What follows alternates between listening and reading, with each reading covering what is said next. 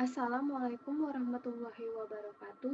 Perkenalkan, nama saya Ananda Amalia dari Prodi Administrasi Publik. Di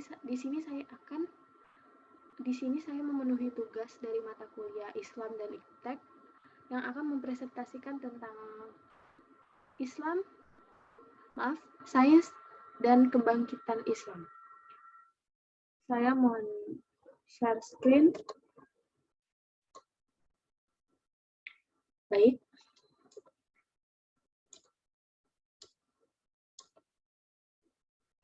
Indonesia sebagai negara muslim terbesar di dunia sedang mengalami kebangkitan Islam. Kebangkitan Islam dimaknai bahwa nilai-nilai Islam sejalan dengan modernitas, demokrasi masyarakat sipil, ekonomi pasar, globalisasi, dan kelas menengah.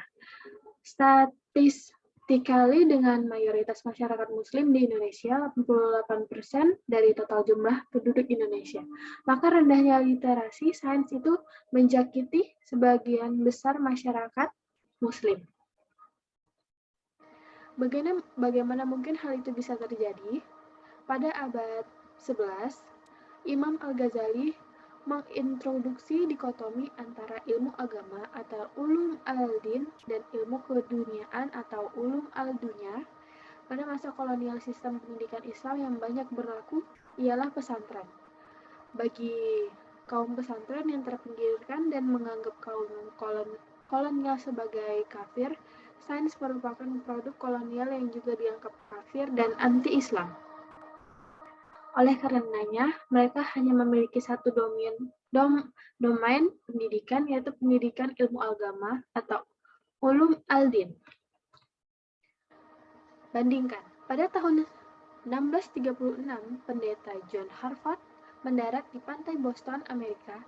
Beberapa tahun kemudian, ia mendirikan sebuah college atau mirip seperti pesantren di sekitar gereja yang ia dirikan.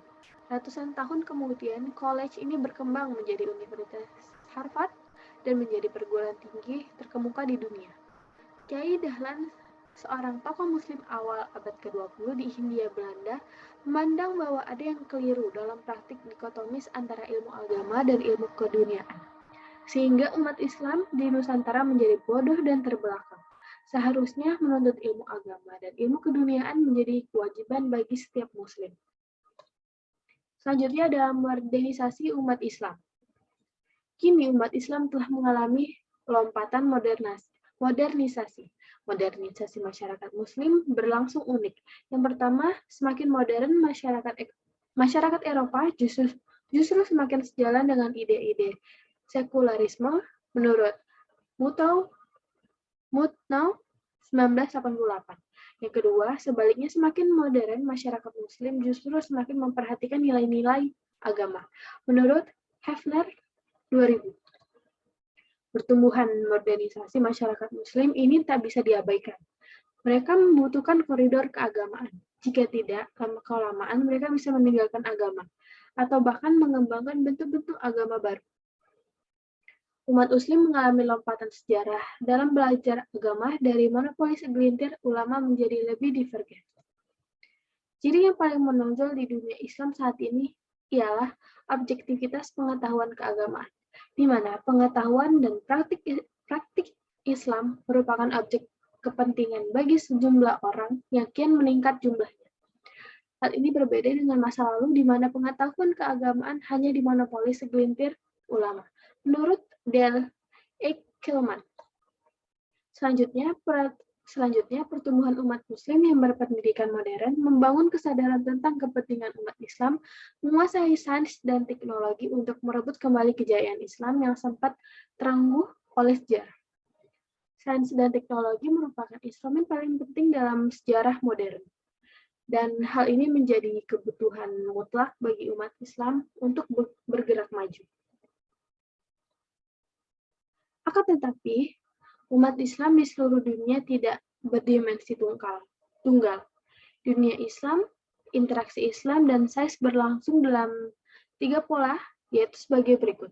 Yang pertama ada Islam dan sains merupakan dua domain yang berbeda, sehingga tidak ada konflik di antara keduanya, dan tidak perlu integrasi di antara keduanya. Yang kedua ada sains merupakan sebuah ethical project, sehingga setiap proyek sains harus disesuaikan dengan ajaran Islam.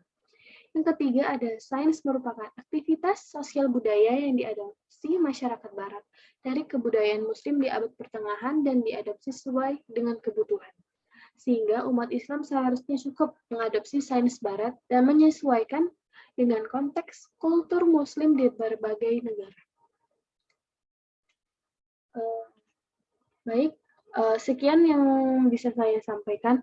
Mohon maaf ada kesalahan kata. Wabillahi taufiq wal hidayah. Wassalamualaikum warahmatullahi wabarakatuh.